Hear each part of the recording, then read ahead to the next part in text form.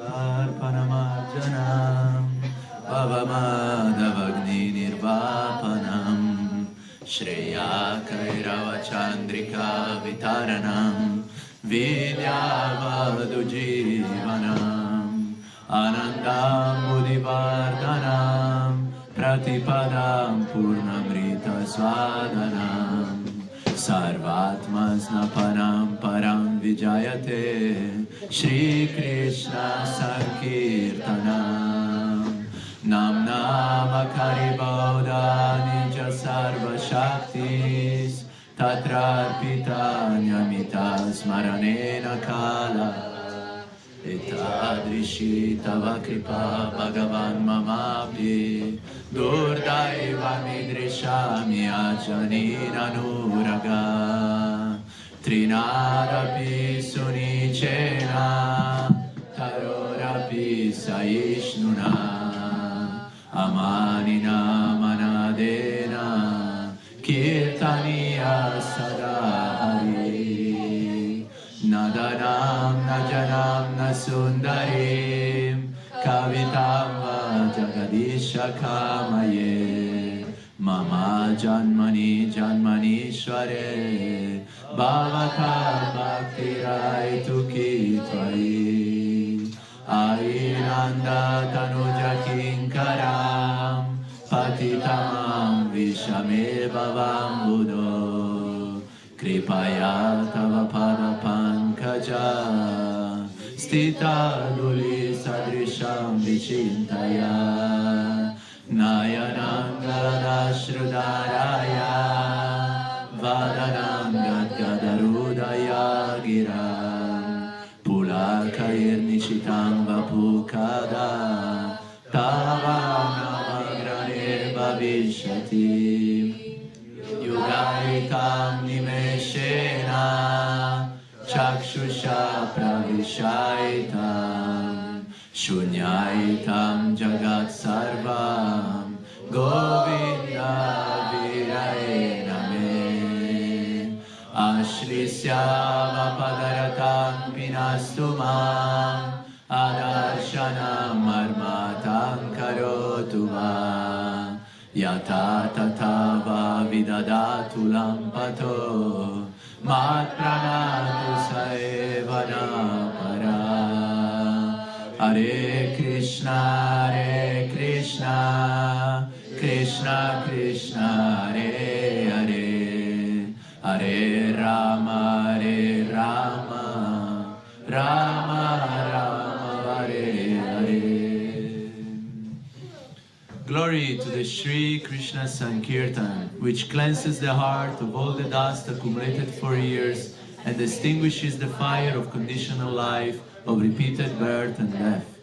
This Sankirtan movement is the prime benediction for humanity at large, because it spreads the rays of the benediction moon. It is the life of all transcendental knowledge. It increases the ocean of transcendental bliss, and it enables us to fully taste the nectar for which we are always anxious. Oh my Lord, your holy name alone can render all benediction to living beings, and as you have hundreds and millions of names like Krishna and Govinda, in these transcendental names you have invested all your transcendental energies. There are not even hard and fast rules for chanting these names. Oh my Lord, out of kindness you enable us to easily approach you by your holy names, but I'm so unfortunate that I have no attraction for them. One should chant the holy name of the Lord in a humble state of mind, thinking oneself lower than the straw in the street. One should be more tolerant than a tree, devoid of all sense of false prestige, and should be ready to offer all respect to others. In such a state of mind, one can chant the holy name of the Lord constantly. O Almighty Lord, I have no desire to accumulate wealth, nor do I desire beautiful women, nor do I want any number of followers. I only want your causeless devotional service, birth after birth. O son of Maharaj Nanda, Krishna, I am your eternal servitor, yet somehow or other I have fallen into the ocean of birth and death. Please pick me up from this ocean of death and make me as one of the atoms at your lotus feet. Oh my Lord, when will my eyes be decorated with tears of love flowing constantly when I chant your holy name? When will my voice choke up, and when will the hairs of my body stand on end at the recitation of your name? Oh Govinda, feeling your separations and considering a moment to be like 12 years or more. Tears are flowing from my eyes like torrents of rain, and I'm feeling all vacant in the world in your absence. I know no one but Krishna is my Lord, and he shall remain so even if he handles me roughly by his embrace, or makes me broken-hearted by not being present before me. He is completely free to do anything and everything, for he is always my worshipful Lord, unconditionally. Param Vijayati Shri Krishna Sankirtanam Ki!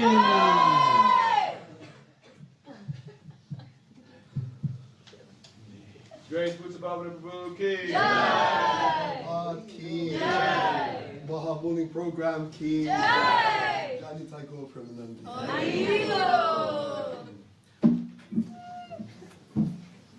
Just devotees to go a little bit forward, close at the back. Thank you. Okay. How's everyone? Everyone sounds very ecstatic. A bit of a croaky voice, so forgive me. I just came back from India, having some adventures in Vrindavan. But, I want to begin by saying it's a real pleasure to be with all of you, and to be in your energy, the wonderful, the soldiers of Radha Londonishvara. And so what we'll do is we'll sing Jai Radha Madhava, and then on this auspicious day, because every day in Krishna consciousness is auspicious, we'll speak from the Chaitanya Charitamrita, chapter 17 of the Adi Lila, verse number 1. Is there someone who can play Madanga, please? Thank you. Very Krishna. Okay, so let's see if the voice will hold. Jai Radha Madhava Jaya Kunja Bihari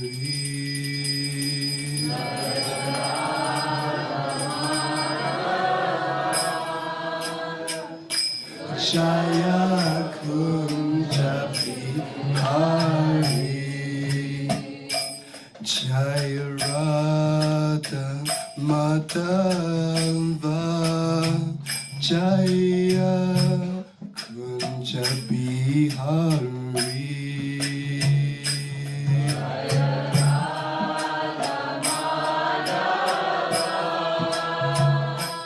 Jaya Kunja Bihari Jaya Gopi Jana Vallabha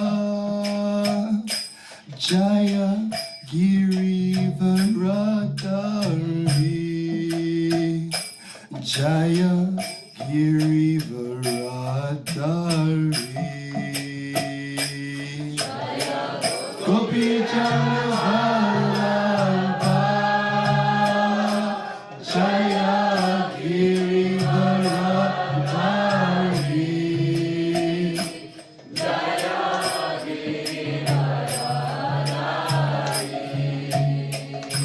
Jaya Gopi Jana Vallabha Jaya Girivaradari Jaya Girivaradari Jaya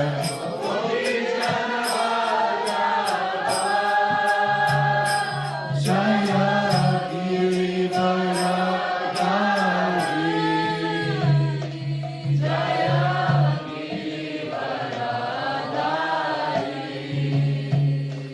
Jaya Yashodanandana Jaya Rajajana Ranjana Jaya Rajajana Ranjana Jaya Yashodanandana Jaya Rajajana Ranjana Jaya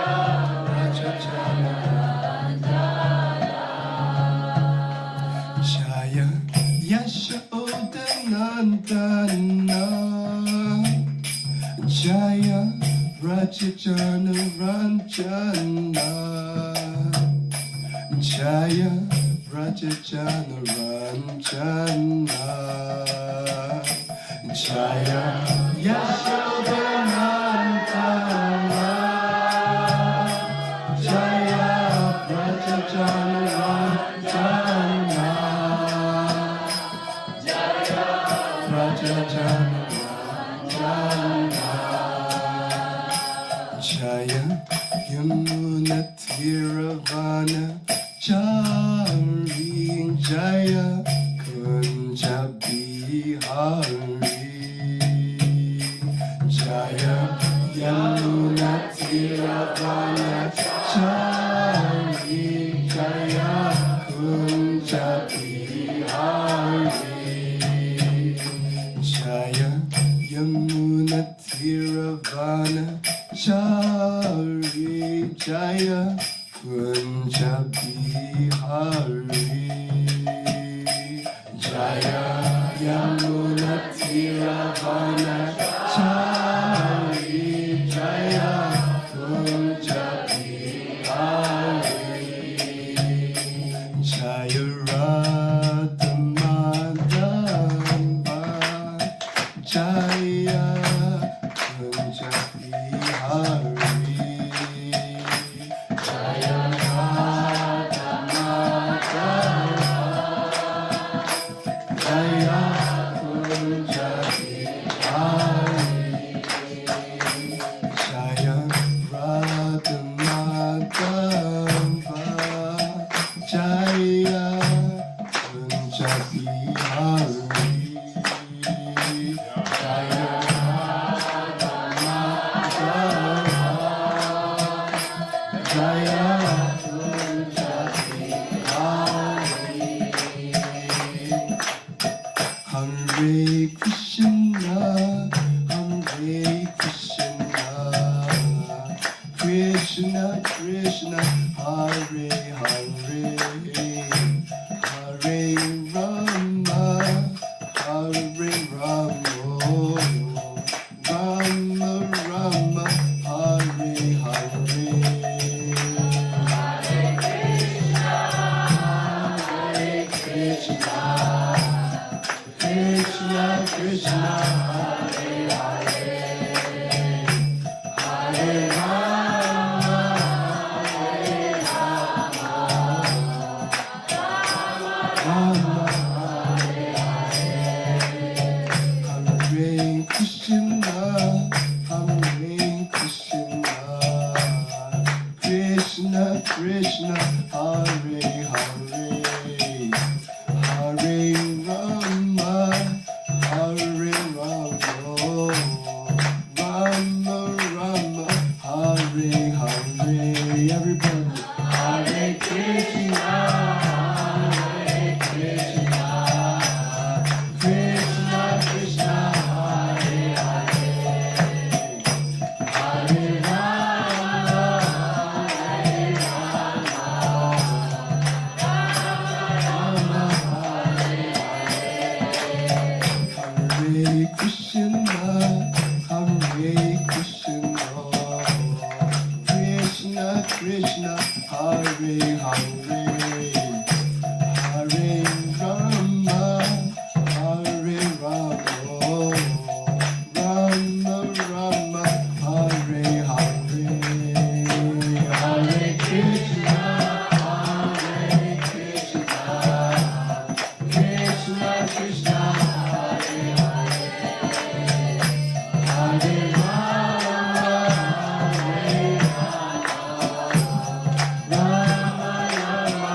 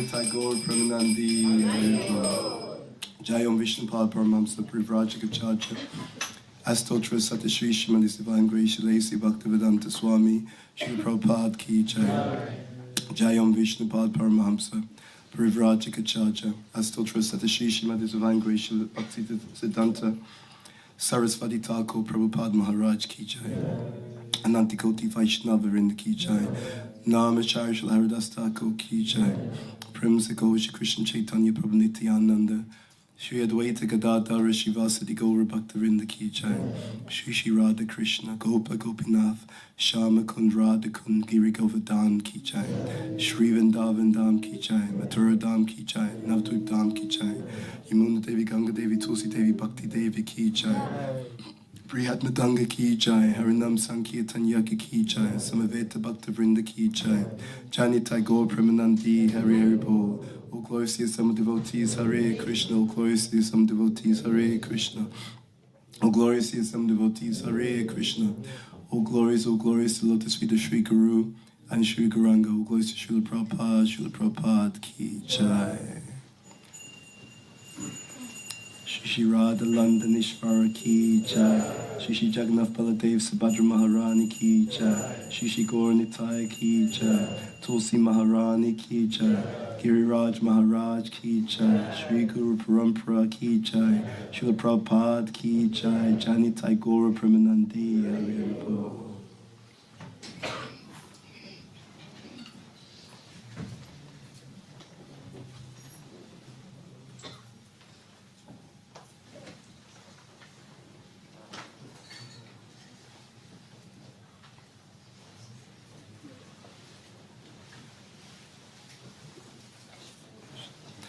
Jaya Jaya Shri Chaitanya Jaya Nityananda Jaya Jaya Shri Chaitanya Jaya Nityananda Jaya Dvaita Chandra Jaya Gaura Bhakta Vrinda Jaya Dvaita Chandra Jaya Gaura Bhakta Vrinda Jaya Jaya Shri Chaitanya Jaya Nityananda Jaya Jaya Shri Chaitanya Jaya Dvaita Chandra Jaya Gaura Bhakta Vrinda Jaya Dvaita Chandra Jaya Gaura Bhakta Vrinda Jaya Jaya Shri Chaitanya Jaya Nityananda Jaya Jaya Shri Chaitanya Jaya Nityananda Jaya Dvaita Chandra Jaya Gaura Bhakta Vrinda Jaya Dvaita Chandra Jaya Gaura Bhakta Vrinda. Thank you. Yes, so we are actually reading from Adi Lila chapter 13. That's what I prepared for, so I'm glad that you changed it. Text number 1. And this chapter is entitled The Advent of Lord Sri Chaitanya Mahaprabhu. Did you read the preface to the chapter previously or not? No? Okay, so we'll read both. Okay, so let's get straight into it. So I'll read the preface and then we'll chant verse number 1 together, and we'll read the purport to verse number 1. Okay, chapter 13, the Advent of Lord Sri Chaitanya Mahaprabhu. The 13th chapter describes Lord Chaitanya Mahaprabhu's appearance. The entire Adi Lila describes Lord Chaitanya Mahaprabhu's household life, and similarly the Antya Lila describes his life in the sannyas order. Within the Lord's Antya Lila, the first 6 years of his sannyas life are called the Madhya Lila. And that during this time, Chaitanya Mahaprabhu toured southern India, went to Vrindavan, returned from Vrindavan, and preached the Sankirtan movement. A learned Brahmana named Upendra Mishra, who resided in the district of Srihata, was the father of Jagannath Mishra, who came to Navadvip to study under the direction of Nilambara Chakravarti, and then settled there after marrying Nilambara Chakravarti's daughter Sachi Devi. Sri Sachi Devi gave birth to 8 children, all daughters who died one after another immediately after birth. After her 9th pregnancy, she gave birth to a son, who was named Vishwarup. Then, in 1407, Saka Saka era AD 1486, on the full moon evening of the month of Falguna, during the constellation of Simhalagna, Lord Chaitanya Mahaprabhu appeared as the son of Sachi Devi and Jagannath Mishra. After hearing of the birth of Chaitanya Mahaprabhu, learned scholars and brahmanas, bringing many gifts, came to see the newborn baby. Nilambara Chakravarti, who was a great astrologer, immediately prepared the horoscope, and by astrological calculation, he saw that the child was a great personality. This chapter describes the symptoms of this great personality. Okay, so we'll chant verse number 1 together.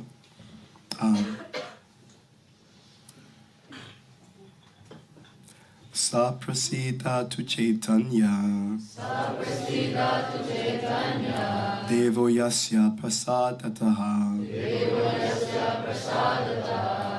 Lila Vanane Yogya,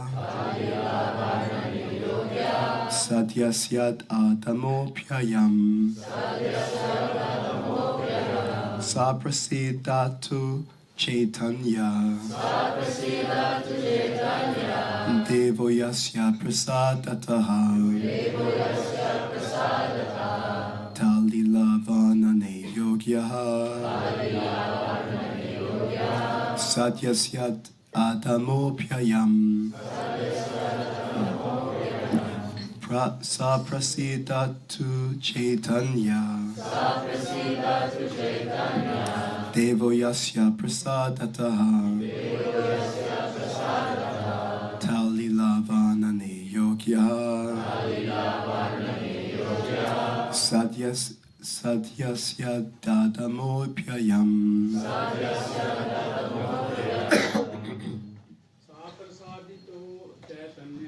Saprasadito Chaitanya, Devo yasya prasadata, Lila Varane Yogya,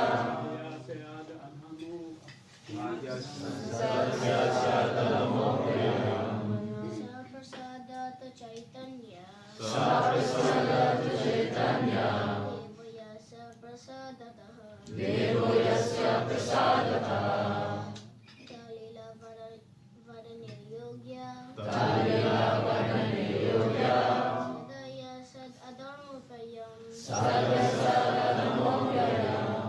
Saprasida tu Chaitanya,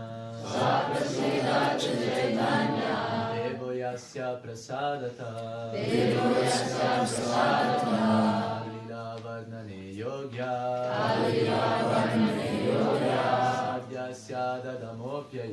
Sadyasya Dadamopyayam, Vaishnavis. Saprasida tu Chaitanya, Devo yasya prasadataha, Lila Varnane Yogya, Sadyasya Dadamopyayam, Saprasida tu Chaitanya, Devo yasya prasadataha, Lila Varnane Yogya,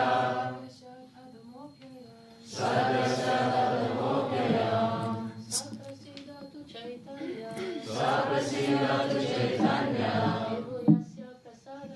Devo yasya prasadataha, Lila Varnane Yogya, Sadyasya Dadamopyayam, Saha He Prasidatu may bestow his blessings. Chaitanya Devaha, Lord Sri Chaitanya Mahaprabhu, Yasya, of whom, Prasadataha, by the grace, Tat Lila, his pastimes, Varnane, in the description, Yogyaha, able, Sadhyaha, immediately. Syat became and becomes possible. Adamaha, the most fallen. Api, although. Ayam, I am. Translation in purple by His Divine Grace. Srila A.C. Bhaktivedanta Swami Srila Prabhupada Ki. So, translation. I wish the grace of Lord Chaitanya Mahaprabhu, by whose mercy even one who is fallen can describe the pastimes of the Lord. Purport. To describe Sri Chaitanya Mahaprabhu or Lord Sri Krishna, one needs supernatural power, which is the grace and mercy of the Lord. Without this grace and mercy, one cannot compose transcendental literature. By dint of the grace of the Lord, however, even one who is unfit for a literary career can describe wonderful transcendental topics. Descriptions of Krishna is possible for one who is empowered. Krishna Shakti Vinanahi Tara Pravatan. C.C. Lila, chapter 7, text number 11. Unless endowed with the mercy of the Lord, one cannot preach of the Lord's name, fame, qualities, form, entourage, and so on. It should be concluded, therefore, that the writing of Sri Chaitanya Charitamrita by Krishnadas Kaviraj Goswami manifests specific mercy bestowed upon the author.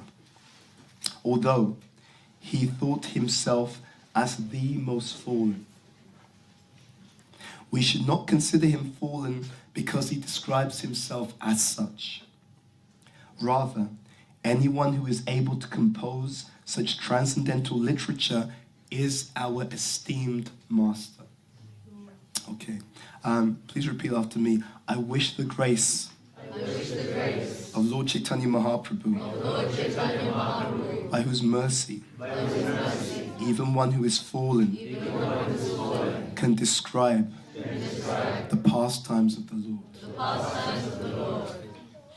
Magyanitamarandasya Gyananjana Shalakaya Chakshum Militam Yena Tasmai Shri Gurave Namaha Shri Chaitanya Manobishtam Stapitam Yena Bhutale Swamrupa Namayam Dadati Swapadantikam Vandeham Shri Guru Shri Utapadakamalam Shri Gurun Vaishnavamscha Shri Rupam Sagrachatam Sahagana Raghunatam Vitam Tvam Sajivam Sadvaitam Savadutam Bharjana Saitam Krishna Chaitanya Devam Shri Radha Krishna Padan Sahagana Lalita Shri Vishakam Vitamscha.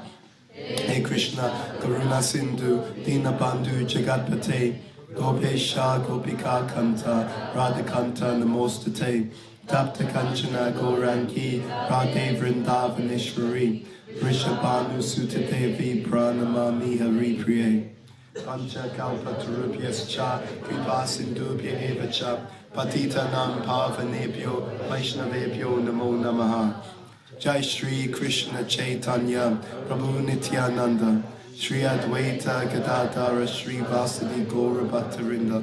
Hare Krishna, Krishna Krishna, Hare Hare, Hare Rama, Rama Rama, Hare Hare. So we'll begin by begging the blessings of all the assembled devotees, so that we may speak something that is pleasing to our founder Acharya Srila Prabhupada, to Shri Radha London Ishvara, Shri Jagannath Baladev Subhadra Maharani, Gornitai. As we said, it's wonderful to be with all of you in your Maha morning program. I could feel the ecstasy as I was coming to the temple outside. These opportunities to come together are very special. When devotees come together as devotees, there's coming together and there's coming together as devotees. What it means when we come together as devotees is that we bring our devotional self to the association. We come with Krishna in the center, and we come with service in our hearts. There are many different, until we're pure, there are many different ways in which people show up. Sometimes we show up and there's a different aspect of us which is showing up. There's a more distressed aspect of ourselves sometimes. But when we come together as devotees with a devotional mood and a devotional purpose, something extremely special happens. Krishna says that wherever those individuals are who are chanting his glories, he's present. So when we come together as devotees, whether we see or do not see, other association comes into the environment. And what we are, what we become, is always down to one thing only. What we are and what we are becoming and what we become is down to one thing only, and that one thing is Sangha. That one thing is association. There is nothing more powerful in the three worlds than who we associate with and how we associate with them. So these Maha morning programs become a great opportunity. Who we associate and how we associate is like a crystal ball. You can see the future and the destiny of yourself and all other people just by answering this one question. Who do they associate with and how do they associate with them? So what we do in Krishna consciousness is we engage in a certain type of magic. The magic that we engage in Krishna consciousness, we engage in the magic of the future by design. Not just the future by design, the future by divine design. If you keep coming into the association of devotees as a devotee, I emphasize this nuance, if you come into the association of devotees as a devotee, meaning with Krishna in the center, with a sincere desire for service in the heart, I want to know about Krishna and I want to serve these devotees, then you are invoking a future by divine design. But the amazing thing about this future is when we say divine design, it means the future is not designed by us. We don't want to design our future. We designed our past. How did that turn out for you? Right? We don't want to design our future. We want our future by divine design. We want Krishna to design our future. And when we come together as devotees, we petition Krishna. When you petition Krishna by yourself, it's got some power. But when the devotees petition Krishna on your behalf, it is all powerful. This entire verse in purple is about one thing. It's all about power. Right? Prabhupada begins, to describe Sri Chaitanya Mahaprabhu or Lord Sri Krishna, one needs supernatural power. First statement of this purple. Nothing can be done without power. Nothing. Anyone who thinks that they can do anything without power is sentimental. Nothing can be done without power. This Krishna consciousness process, is founded on a number, let's say 4 or 5, beautiful, mysterious, and powerful paradoxes. And if we can understand, not just with the head, but if we can allow these beautiful, mysterious, powerful paradoxes, if we can allow them to pierce our hearts, your life will never be the same again. Okay? These beautiful, mysterious, powerful paradoxes, if you can take them in, if we can accept them, if we can truly embrace them within our hearts, and embracing them within our hearts means that we act upon them. It's not theoretical.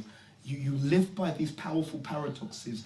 Our life will never be the same again. Your 2026 cannot be the same. And it's not just 2026. There isn't a moment in your life from this point onwards. If we imbibe these powerful paradoxes, it cannot be the same again. And I want to outline these powerful paradoxes. Paradox number 1. This beautiful, powerful paradox. It is in our dependence and it is in our surrender that we gain unlimited freedom. Paradox number 1. In this material world, everyone thinks that they're going to have more capacity by doing whatever they feel they want to do. If you look, it works completely the opposite way. When we were in Vrindavan, we were visiting the place where Krishna pulled the grinding mortar, right? It's a Damodar Lila stone. And in this pastime, what happens? Prior to Krishna performing that pastime, 2 demigods were cursed to become trees. Who were those 2 demigods? And Nalakavara, right? Why were they cursed to become why were they cursed to become trees? They were cursed to become trees is because they were completely misusing their free will, right? Doing whatever they wanted. So the result of doing whatever they wanted is they had absolutely no opportunity to do what they want. You see how it works? From being a demigod, having more freedom than the living entities in this earth planet, they became trees you can't even move, right? And they were stuck as trees for a very long, protracted period of time. So paradox number 1, all of us should understand, our freedom actually lies in surrender. You don't want to do whatever you want. You'll see everyone in this planet who does what they want, you'll see over time, it doesn't hit them immediately. Over time, they get less freedom, not more. But the irony is, when you surrender to Krishna, all of the freedom becomes available to you. All freedom. Paradox number 1, the beautiful, mysterious, powerful paradox. It is only and exclusively in dependence and surrender to Krishna that you have any hope of freedom. Otherwise, no one's free. No one's free. Paradox number 1. Paradox number 2. It is when our focus is exclusively on pleasing Krishna that everyone around us and everything around us becomes deeply nourished and flourishes. Prabhupada will talk about this point, the root. Krishna is the root. It is only in giving to the deep root that everyone else feels deep satisfaction, including ourselves. So this is paradox number 2. Satisfaction is Krishna's satisfaction. Your satisfaction is Krishna's satisfaction. So until and unless our life reflects that, how do I make this divine supreme personality of Godhead happy? Until our life is working on that, from that orientation, there's no question of being satisfied. It doesn't exist. It can't happen. Krishna says, Machita Madgata Prana, Bodhayanta Parasparam, Kathayantascha, Mam Nityam, Tusyanticha, Ramanticha. He says, my devotees are experiencing great bliss and satisfaction from enlivening each other about who? About Krishna says it. I don't say it, Krishna says it. Paradox number 2. Your satisfaction is Krishna's satisfaction. So, a life dedicated to truly pleasing Him, you will find inconceivable fulfillment. And any other orientation, we will always feel some kind of emptiness. Paradox number 2. Satisfaction is Krishna's, and it comes, and when He's full, you're full. Next paradox. Third paradox. It is when we want nothing except service that all prosperity and abundance becomes available to you. Paradox number 3. Think about that. Prabhupada comes to the West with nothing. Is a lie. There's no question. A pure devotee never goes anywhere with nothing. Because a pure devotee is always with who? It's with Krishna. It's not possible that he has nothing. Just like The billionaire's son, you can't say the billionaire's son has nothing. It doesn't matter whether he's got money in his account or not. The billionaire's son always has something. Why? It's because of the relationship. He's a billionaire's son. So he always has something. You understand? So paradox number 3, it is in wanting nothing for our own material gratification that all abundance and prosperity becomes accessible to you in service to Krishna.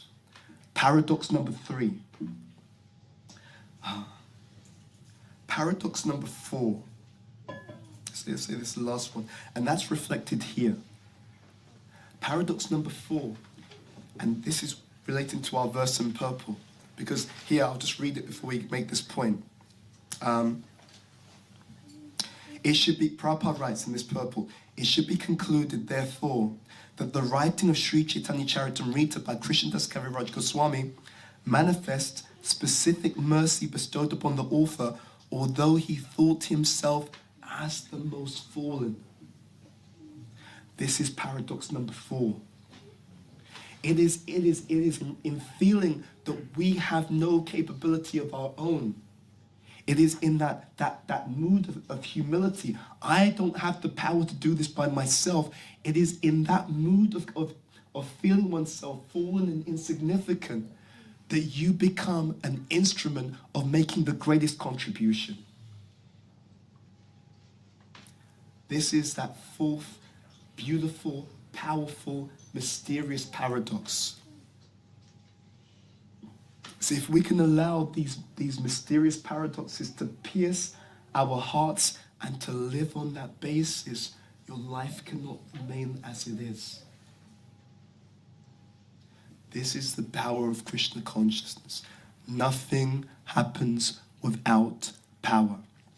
There's a letter by Srila Prabhupada. In this letter, Prabhupada is explaining how Ram and his army were able to defeat Ravana and his army. Because Ram had the help of only these monkeys, right? And they were throwing these stones, etc., etc. But Prabhupada explains in one letter, he says the difference was that Ravana's army, they were depending on or using what's called the Manusya Shakti, mundane ability. And Prabhupada writes that Ram's army, they were dependent upon the Daivi Shakti, the spiritual potency. In this verse in purple, it's talking about this particular point. It's talking about grace. Grace, you should understand, but often people don't do the translation in Prabhupada's books. Grace means supernatural power. Okay? Whenever you read mercy, grace, read supernatural power. It's stated here. First sentence, and he states it again and again. Because we don't, the difficulty we have is that we don't read, and if we read, we don't read deeply. So you don't understand what's being offered to you.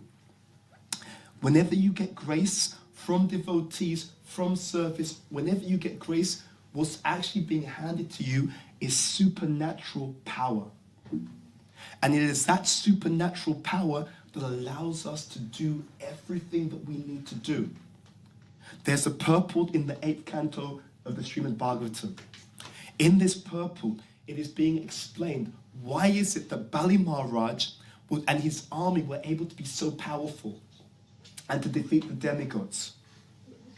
And it's explained that Bali Maharaj was the Brahmin descendants of Brigham Muni. They blessed him. And because he was blessed by them, he was so powerful. And basically the demigods were told, look, you need to back off. He's too powerful. You're just not going to be able to defeat him. You may as well just retreat and come back at another time. Right? And then in the purport to that verse, I think it's 8th canto, chapter 15, text number 27, but I'll check. So, in the purport to that verse, Prabhupada makes a very meaningful point. He says the blessings of the spiritual master are more significant than one's own endeavor for advancement. He says it in that purport. So what we have to understand, we are like individuals who are trying to fly a plane. Your plane requires a certain type of fuel. And that fuel is called grace. I got into it. So it wasn't an argument. Okay, it wasn't an argument. I got into a disagreement with someone because they were trying to make out, yes, we did it by our strength, and that's completely the wrong mood. It's completely the wrong mood. The mood of a devotee is you should understand whatever you've achieved in Krishna consciousness and whatever you've achieved in your advancement is been given by grace. And if you're really smart, you'll see, if you notice, the devotees who are really intelligent, you'll see what they're doing. All the intelligent devotees, they're not telling everyone. They're just going around trying to get as much grace as possible. Right? Sometimes when we're young, you play these like arcade games, right, or like computer games. And like at the end of the particular episode or at the end of the stage, you have to beat the demon, right? And if you do it, you get these power-ups. You understand what I'm trying to say, right? Power-ups. Krishna consciousness is like that. You need to get the power-up. If you get the power-up, you can be used to do amazing things. Now, there's a nuance to this, and there's a warning. And it's implied here. Grace does not stay under all conditions.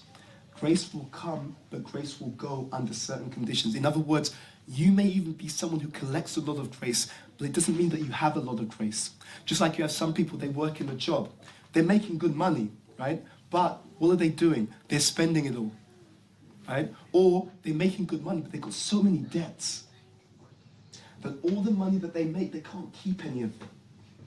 So in a similar way, there's a nuance, there's a subtle point, a warning that's being made here.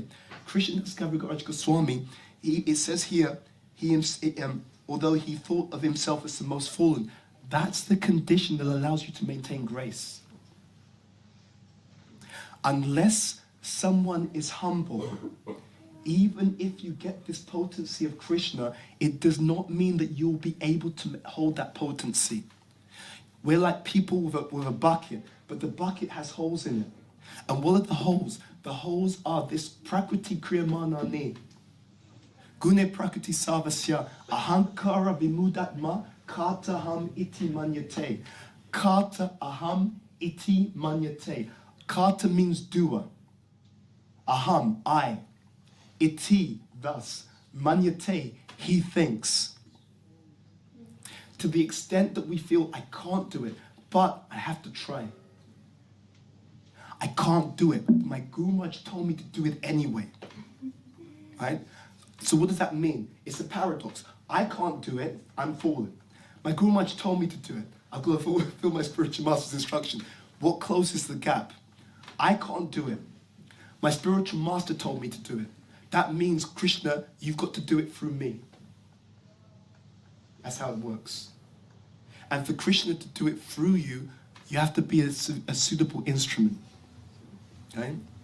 If we stop trying to be the doer, then Krishna will agree to do it through us. This is the science of empowerment. Every time you see a devotee making offenses, visualize.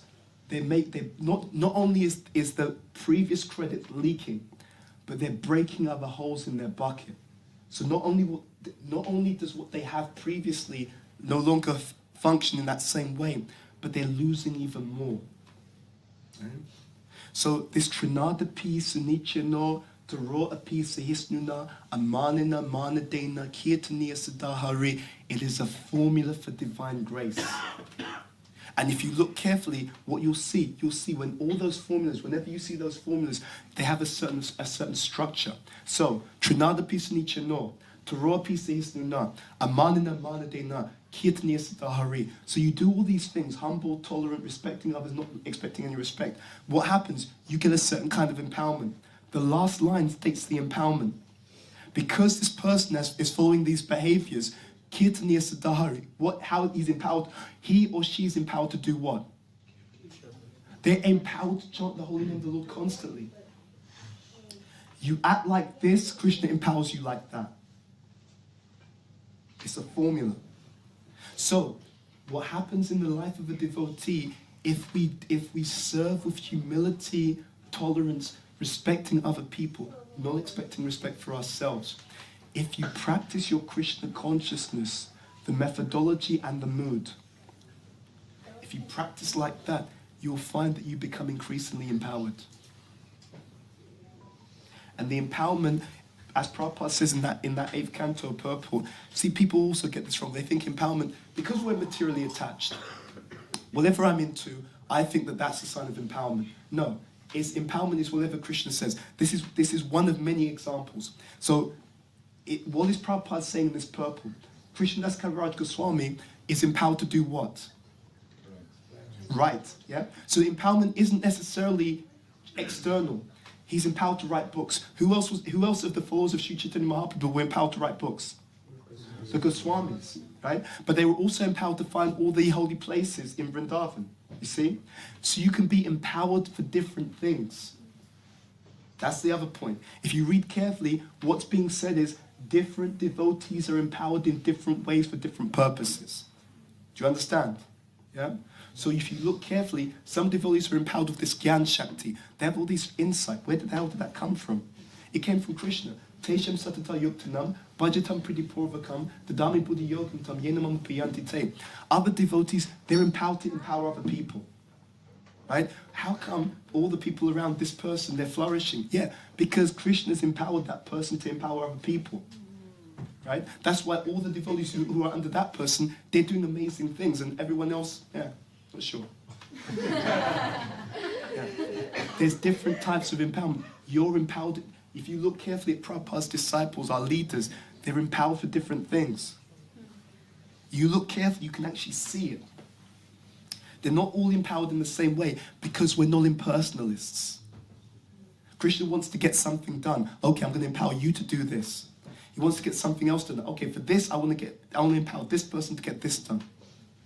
He empowers different devotees for different purposes if we make ourselves available.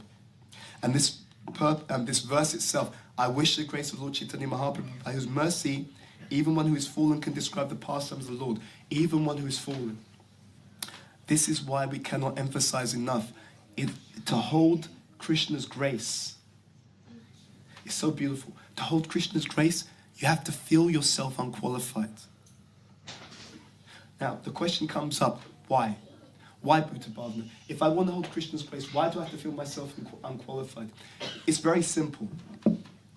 If you get something that you're qualified for, is it grace? Exactly. It's very simple, right? If you were qualified for it, it's not grace. Right? Because if it's grace, it's something that you don't deserve. Because that's the definition of grace. That's what grace means. Look it up in the dictionary. That's what it means. So grace, by definition, means exactly what I did not have the qualification to receive. Therefore, and you're going to answer the question for me, therefore, the symptom that the devotee really believes that it's grace is that when they receive it, they feel what? They feel unqualified. You see? It's part of the jigsaw puzzle. It all fits together. And if they feel that they're qualified, it means that it's not, that they don't perceive it as? Yeah, they don't think it's grace. They're thinking, yes, Krishna, about time. Right? You know, you finally worked out who I am. You know, you took your time, but it's okay. It's okay, right? You know, like that. They don't think, and what Krishna does, this is really important. What do you think Krishna does when he gives something to someone, and instead of feeling grateful, they start thinking, yes, it's about time. I knew I was special, right? I'm so amazing. When a devotee receives grace and they become proud and they start thinking it's because of how wonderful they are. In other words, what do you think Krishna does? He walks away. He actually walks away. And not in a bad way. I just want to explain this. It's more from the point of view of compassion. This person's a bit deluded. But I still have to help them to go back home, back to Godhead. So how do I help them come to their senses? Let me walk away so they actually understand their position, so that when I give them something in the future, they can understand its proper quality. So it's not out of punishment. It's like, how do I help them? I know that where they need to go, they can't get there by their own strength. They're only going to be able to get there if I help them. But if I keep trying to help them and they take ownership, then they poke more holes in the bucket. They're not, I'm giving it to them, but they're not holding on to it. And if they don't hold on to it, they can't come back. They're going to have to stay here and suffer. How do I help them to come to their senses? Let me step back. Yeah. So when we don't have that proper mood, in order to help us, Krishna steps back. So our job is to do this Trinadapi Suniche no, extending this point. So if I recognize that it's grace, it's something I don't deserve, I feel unqualified, but I also feel what? Begins with G. If you get something and you know you didn't deserve it, you feel grateful. So this is how it works. So when you see the devotees who lack gratitude, and they lack humility, and they lack tolerance, and they don't want to respect anyone else, and they're demanding all the respect itself, do you think they're going to be empowered? No. Even if they receive it, they won't be able to hold on to it. This is how it really works. And by the way, if a devotee lacks gratitude, whatever they receive, it's never enough. I deserved more. They didn't do this, they didn't do that. Do you think that they're happy? You can't be happy. You see? This Trinadapi Suniche no, if we don't have that, you can't be happy. You can't be happy, full stop. Because you always feel entitled. You always feel a victim. You always feel that you deserve more. Someone should have done this. Someone should have done that. They didn't do this. They didn't do that. And you don't understand. It's not them. It's actually our own mentality which is causing us to be so unhappy. Yeah? And it's our mentality that causes us to be unhappy. It's our mentality that causes us to leak the grace. Sometimes devotees think that Krishna's getting in the way of my Krishna consciousness. He's holding me back. He doesn't help me out. They don't understand. No, he keeps giving to you and you keep pouring the blessings away. You keep poking holes in the bucket. Every time we make offenses. By the way, I want to be very clear because I see people misuse this. Offenses doesn't mean that you're not discriminating. Right? Offenses doesn't mean that you're not evaluating. We want to be wise. We want to be discerning. I asked my spiritual master about this. He said, when we're not fault finding, we're love finders. He said, we want to understand the quality of another person. Why? In order to see how we can better serve them. You understand? It's like a diagnosis. The doctor, your child's ill, so you bring them to the doctor. Oh, I don't want to make offenses. I don't want to, examine because, maybe I'll make offenses. What are you talking about? Find out what's wrong with the child and fix it. What's wrong with you? Have you lost your mind? Why did you learn all this stuff about medicine? You learned so you could make a diagnosis, right? Diagnosis is neutral. It's how you use the diagnosis. That's not neutral. If I use a diagnosis to feel superior to people and to criticize them, it's diagnosis via the false ego. That will lose all the empowerment. But if I use diagnosis in order to understand how I can better serve this devotee, that is diagnosis via the heart. That type of diagnosis is absolutely critical. There's a letter by Prabhupada, Bali Mardan. He wrote it to a disciple called Bali Mardan. He says one should surrender by one's intelligence, but one should not surrender their intelligence. Distinction. So we're discerning, but it's discerning with compassion. I want to know how I can better serve this individual. As long as your mood and the output is service, not superiority. Service, not superiority. As long as that's the proper mood, then you'll find that you can grow more and more in Krishna consciousness. So, let's just have a look and see if there's anything else we want to share in this particular verse. So, this point, I wish the grace of Lord Chaitanya Mahaprabhu. Going back to the morning program, the question now becomes, where does the grace come from? If I understand that the fuel for my devotional service is grace, then the question is, where does the grace come from? In the modern world right now, there's a bit of a crisis between men and women. A lot of a crisis. You'll see this in the commentaries, right? So there's this polarization. There's a Krishna conscious angle on everything.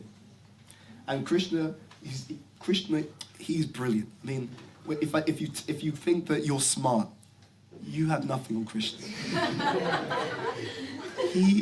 My God, he's brilliant. So it's like this. The men are dependent upon the women and the women are dependent upon the men. Right? It's like that.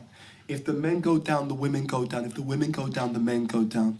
What Krishna does, if you're the Supreme Personality of Godhead and you have universes full of conditioned living entities who think that they're God, how do you help them to overcome this issue of thinking that they're God? One thing, dependence. You put them in a situation where you help them to understand you're dependent. You're dependent upon others.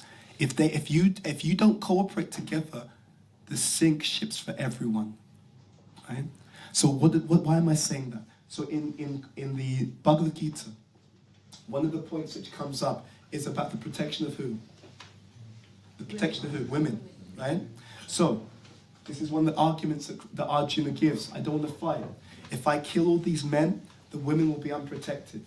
If the women will be unprotected, there'll be unwanted progeny, so on and so forth. He talks about that. So there's this point about women being protected, right? Protected by the father, etc., etc. It is also the case that the women protect the men, right? The first guru is who? Is the mother. First guru, right?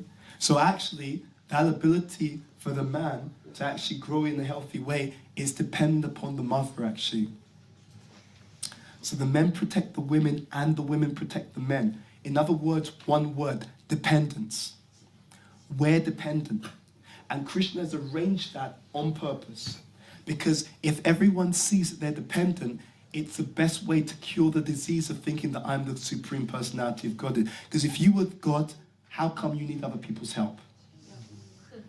If you're so powerful, if you're so great, if you're so independent, how come you have to ask other people's support? It's designed on purpose. One thing, dependence. Now, it comes also in the sphere of devotees. This idea of grace, the question comes, where do I get this grace from? Where is it available? If I know that I'm not going to be able to go back to Godhead by my own strength, meaning I'm dependent, right? Now the question is, where do I get this fuel that's going to take me back home, back to Godhead? There was a wonderful class given by His Holiness Sachinanda Maharaj. I think when he came in December, he gave a class to the man. I was listening to the class. In response to one question that he was asked, he says that there are 3 places where grace is particularly abundant. Again, take note of this. I'm not trying to give classes so that people can hear something inspiring and then go home. We're interested in transformation. What we're interested in is practical application. If you can get these points, we talked about paradoxes, but now we're also talking about practice. If you can get these points, and if you can orient your life in this way, your life will be phenomenal. Right? I promise you. So, the question now becomes, where are the sources of this grace? Where is this grace particularly available? So he explains 3 places. Number 1, in the association of sadhus. So, in particular, when we serve sincerely the devotees, and that also, service also includes submissive hearing, right? When very pure personalities come, go and hear from them. Don't think that it's the same when you're watching on YouTube, by the way.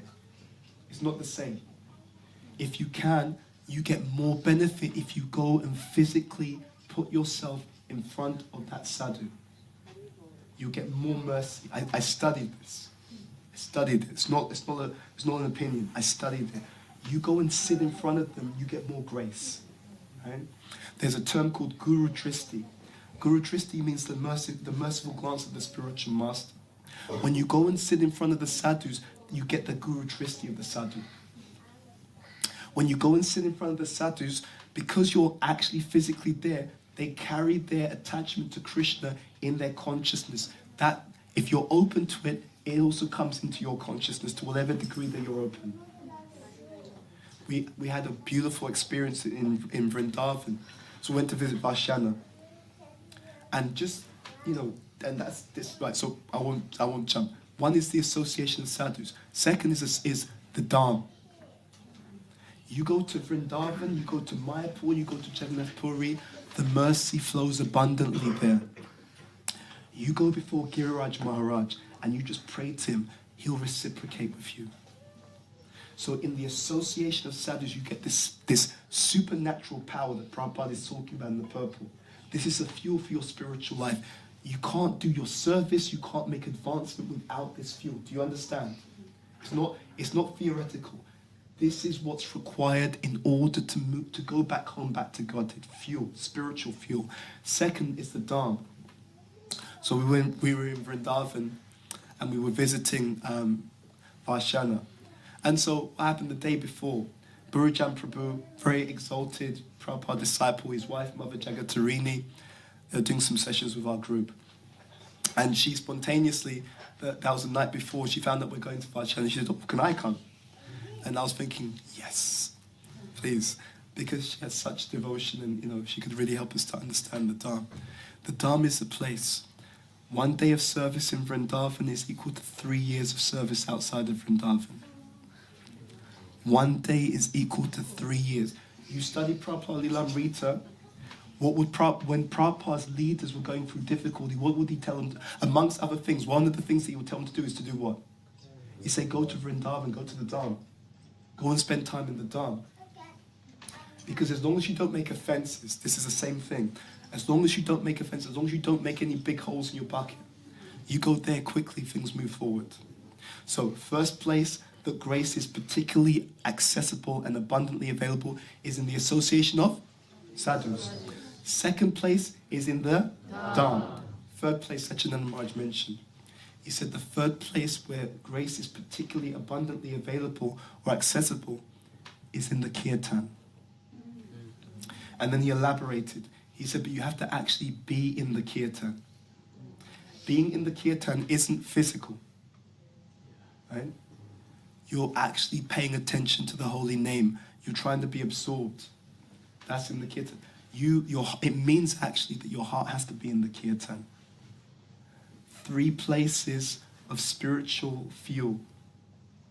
Association of devotees in a service mood. Association of sadhus and in a mood of service.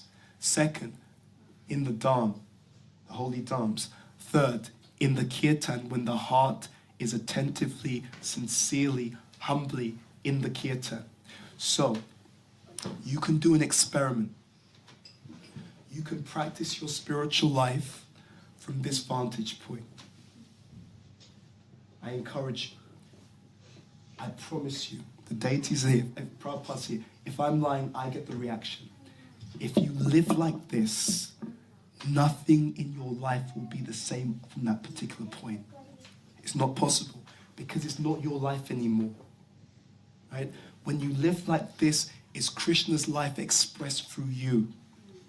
It's Krishna's plan expressed through you.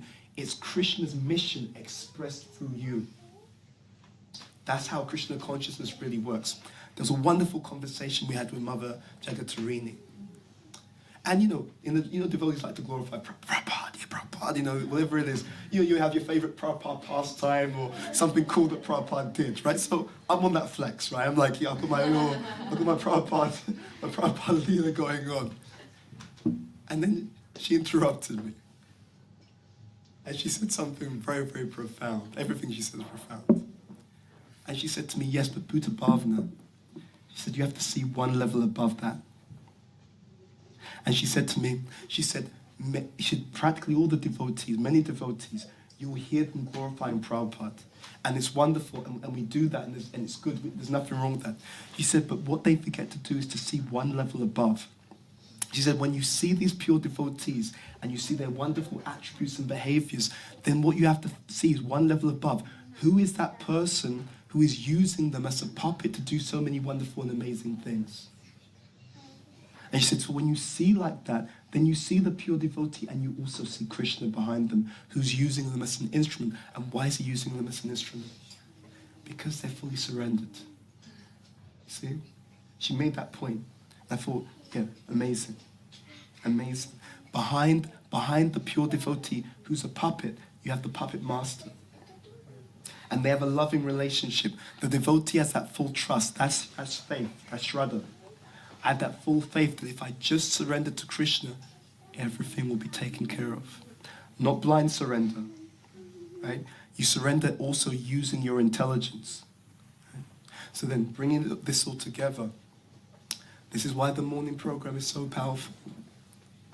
The morning program, it brings together all these elements in a way that people often don't understand. You're in the temple associating with the devotees, sadhu sangha, right? But it's real association because we're all focused on the deity, chanting together. So chanting together, you're in the kirtan. And what did Prabhupada say about the temples? He said these temples are dhams. These temples are spiritual embassies. So you're in the dham with the devotees in the kirtan. Think about it. Think about it. So this Krishna consciousness movement, nothing happens without power. You're not going back to Godhead without power. Forget it. Not possible. You can't go back without power.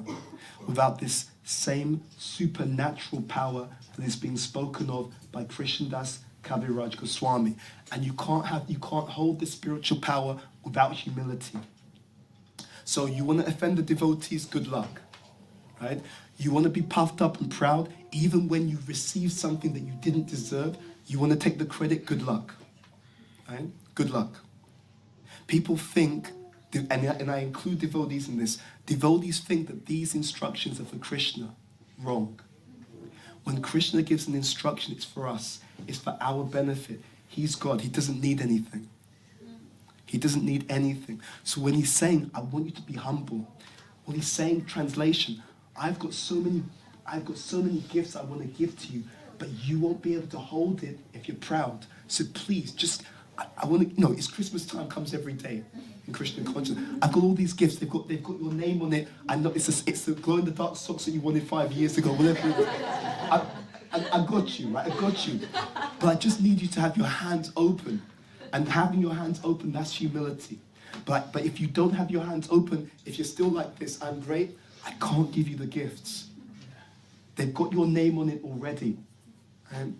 But unless you're humble, and not humble just to your seniors or to your guru, everyone. It's got to be everyone. Even the devotees that you don't like or you have an issue to, you're going to be humble to that person as well. Or you don't get the gifts that are available. So I want you to really think about this. This Trinada Pisanichano that we read and recite is a formula for spiritual empowerment. And that empowerment, that grace, is what's behind the journey that you've been on in Krishna consciousness so far. And that grace is going to continue to take every single one of us all the way back home, back to Godhead. Yeah? And it's predicated on humility. Humility, tolerance, respecting other people, not expecting respect. And what that comes down to in terms of practical Vaishnava behavior is offenselessness. Because if you're humble, respectful, not expecting respect from other people, and you're tolerant, you won't actually make offenses.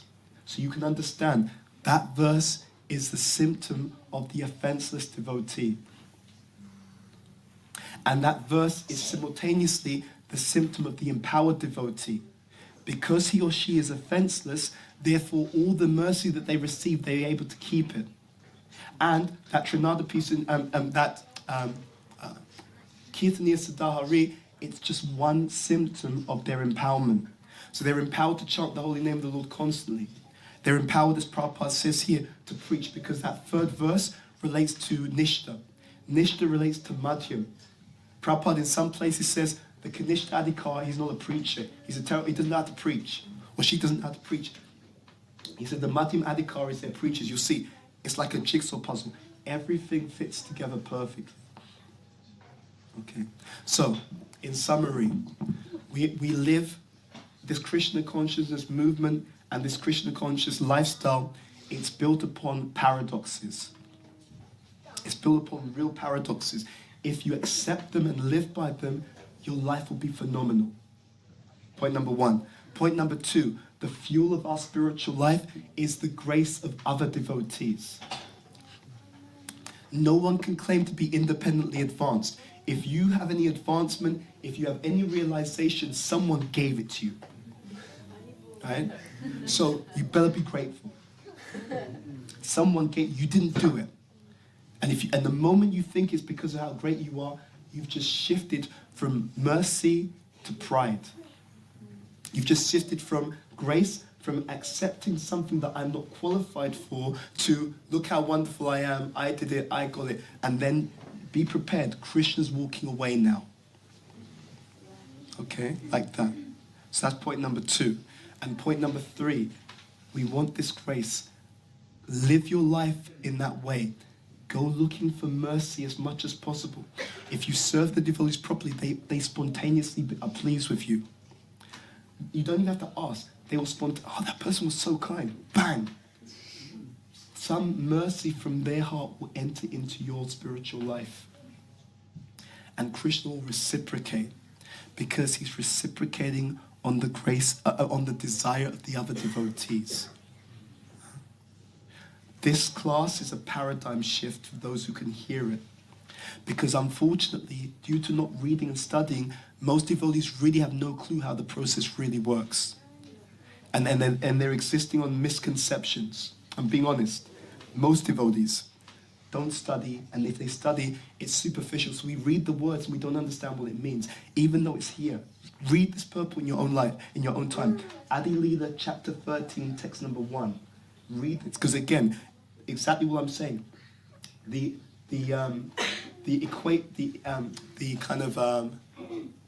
equation between, or rather, the equity between grace and spiritual power is the same thing. You understand? It's exactly the same thing. Grace is spiritual power. That's the point. Here, you can read it in the purple. It's not my words. Prabhupada's own words. Okay? So if we live from this particular place, your life will never be the same again. And this is the gift of Sri Chaitanya Mahaprabhu. This is the gift of the 6 Goswamis. This is the gift of Srila Prabhupada. This is the gift that keeps giving. Okay, so we'll stop there. Sri Chaitanya Charitamrita ki jai. Srila Prabhupada ki jai. Jai Nitai Gaur Premanandi. Hari Bol.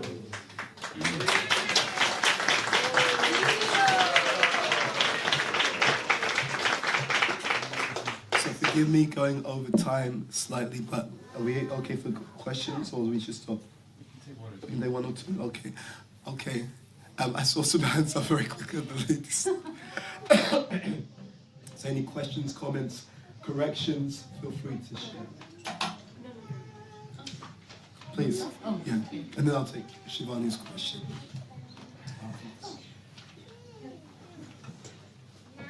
Hare Krishna.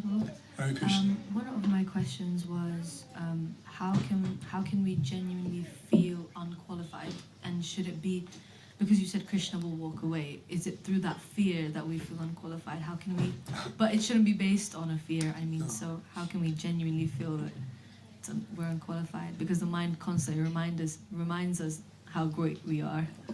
Good question. So give me 1 moment, let me just meditate on that.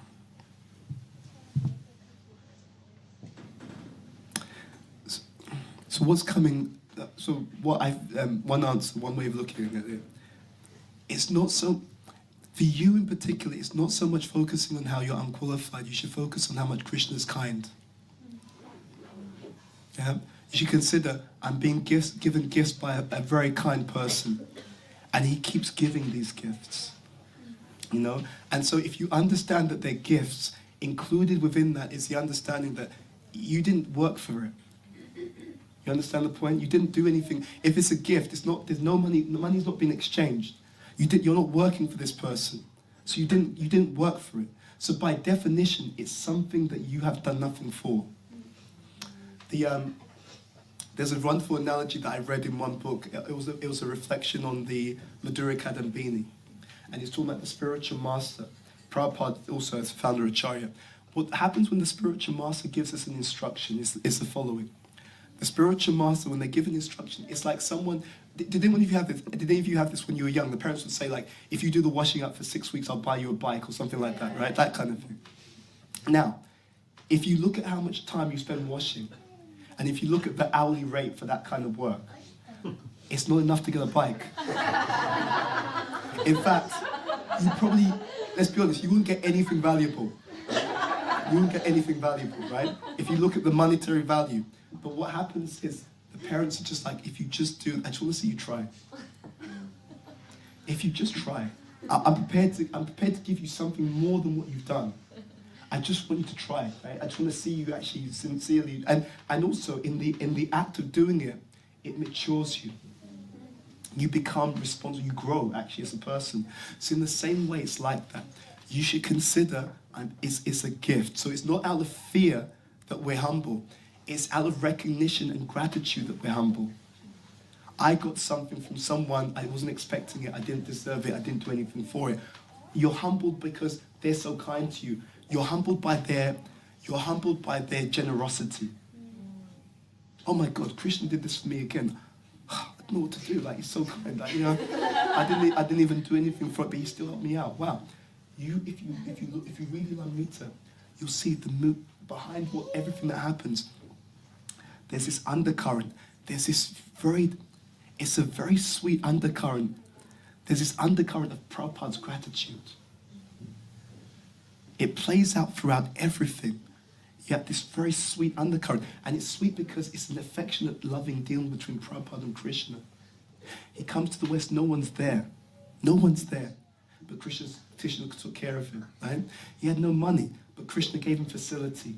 Right? He had no followers. And even in the early days, some of the followers were a bit crazy and stuff like that. But Krishna sent him some of the most qualified people.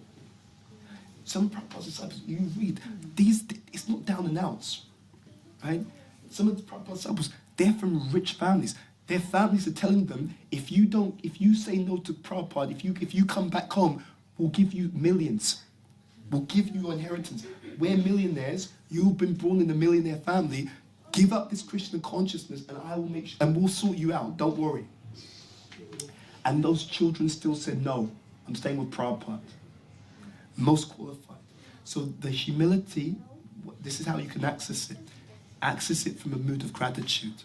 I am being given something I did nothing for, and that will make us feel humble. That's one point. Another thing, especially for those who are analytical, this idea of humility is not a religious idea. I want you to be very clear. It's a description of reality. So when I was on my way here, have you ever been in a situation, I'll give a better example. When I was coming to the airport, have you ever been in a situation where because of public transport, you missed your flight? Anyone been in that situation? Yeah. You had all the timings down, you had plenty of time, but something happens outside of your control and therefore something you want to do cannot be achieved. That's everyday existence. Someone has a stroke. When we were in Vrindavan, there's a devotee there who told me that he had a stroke 3 months ago. Right? Something can happen. Everything that happens has to be sanctioned by Krishna. Everything that happens has to be sanctioned by Krishna. When we say you're not the doer, it's a description of reality. You know, COVID. I knew people who started a business that year. How do you think that went for them? It didn't go well. Why? Because actually, for all your plans, there's always factors outside of your control. It's a descriptive state. Everything you do is based upon conditions that you don't control. Right? If there's a national emergency right now and people are told, whatever building you're in, you have to stay there right now, and you got an appointment somewhere else, you won't be able to go. Can you control whether there's a national emergency or not? You have no control. Can you control whether there's an epidemic or not? You have no control. If there's a crazed terrorist who suddenly decides that they want to shoot at people and everyone's trapped in this building, can you control that, yes or no? No. That's the point. That's what it means to recognize kartaham iti manyate. Thinking you're the doer doesn't work because everything you want to do is based upon circumstances created by, controlled ultimately by other people. This room, we see these deities because the lights are working. The light that comes through this room is coming from a generator somewhere else. If that generator goes down, you're plunged into darkness. Can you control the electricity? No. right? You need to get back home to do something later on. Can you control the public transport? No. That's the point. Everything that we do is based upon literally millions of circumstances of which we have absolutely no control, including your body. Some people, they have some paralysis because at some point something happens and they get some paralysis. They can't control that. What happens is at a certain point, Krishna in the heart sees you've got karma that you're going to have be paralyzed at this particular point. Then they get paralyzed. That's it. Can't control it. If you were the controller, your will could tell, you could by will say, I'm going to have this, I'm going to have that. No. You have what you're allowed to have. That's why I'm saying that. Does that make some sense? Okay, we'll take one more question, then we'll have to close. Hare Krishna. Hare Krishna, Guru. Hare Krishna. I was wondering if you could comment on boldness and humility. Great question. Because what that looks like when being humble before everyone, because I think sometimes it can be easier to embody being soft as a rose but not hard as a thunderbolt, and it's something that I've been thinking about recently a lot. Great question. See, the difficulty we have is sometimes we're as soft as a rose when we should be as hard as a thunderbolt. And sometimes we're as hard as a thunderbolt when we should be as soft as a rose. It requires spiritual intelligence to know what to do when. That's the first point. But you make a very good point. See, humility and boldness are the same thing. In spiritual life, they're the same thing. If the person lacks confidence, they also lack humility. Be very clear. Right? People don't, see, because we have material conditioning, some devotees, they like to feel, I'm very humble. Because they're just quite, by nature, reserved. I'm being reserved because I'm very spiritual. I must be very spiritual, I'm very humble. No, actually, you're just lacking humility.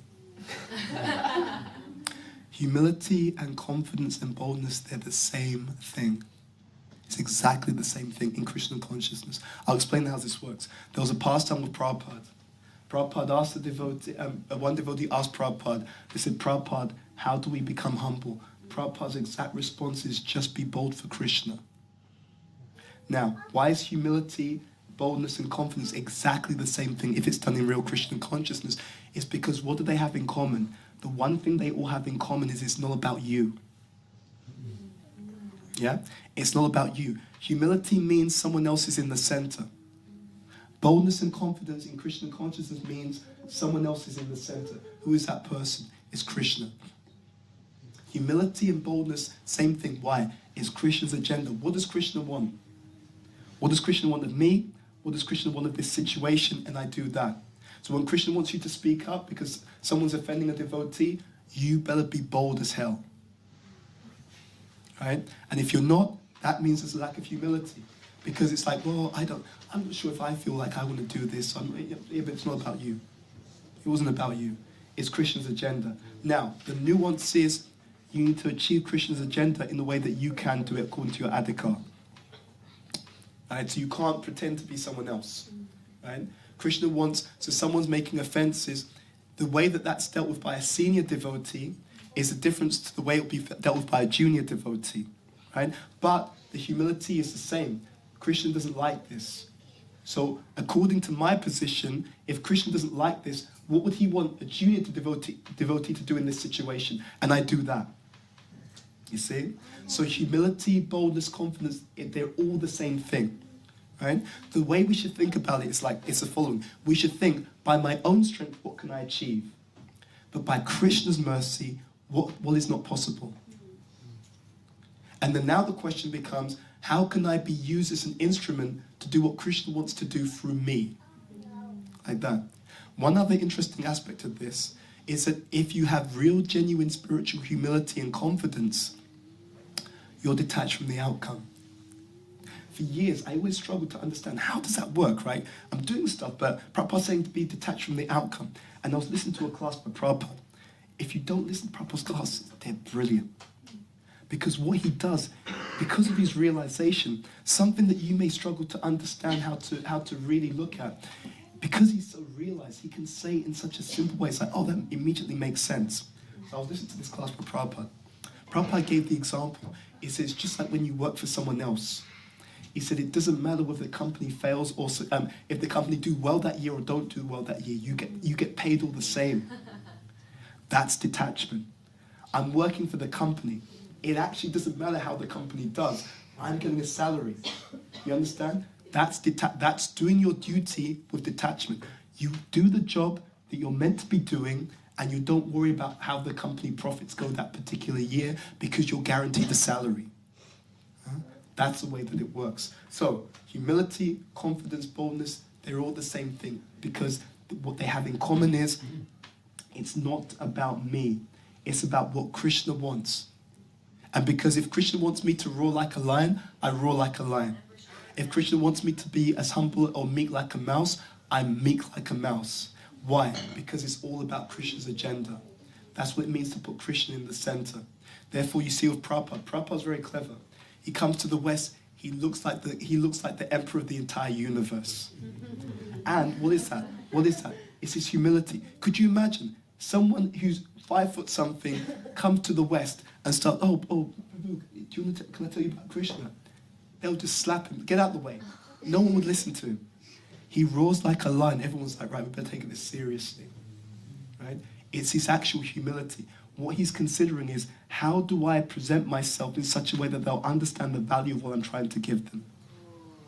Right? That's what he does. Prabhupada told the book distributors, he said, when you go, so my Guru Maharaj was distributing books, and they were part of the library party, distributing books to these different universities behind, the Iron Curtain.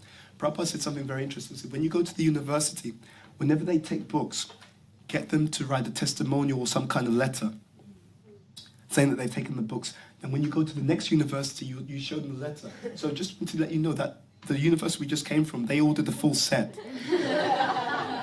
Right? Maybe you'd like to end up, well, if Harvard, if it's good enough for Harvard, it's good enough for us. You understand how it works? Like that.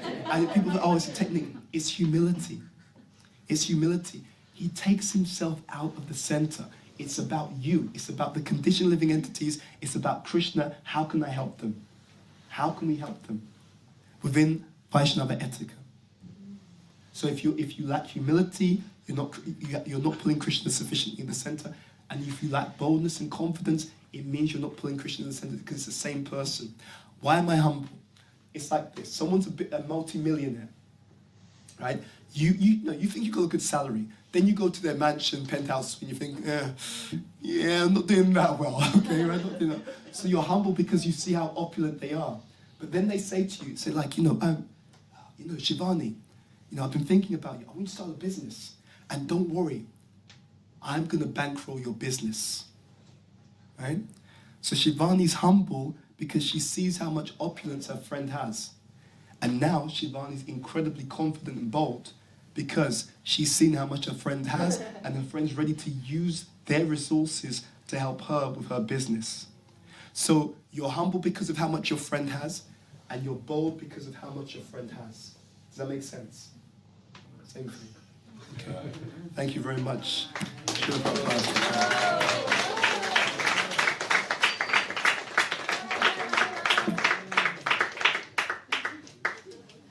Sorry for going over time, but we wish you a very happy day in Krishna consciousness, a wonderful spiritual year and spiritual life. Hare Krishna.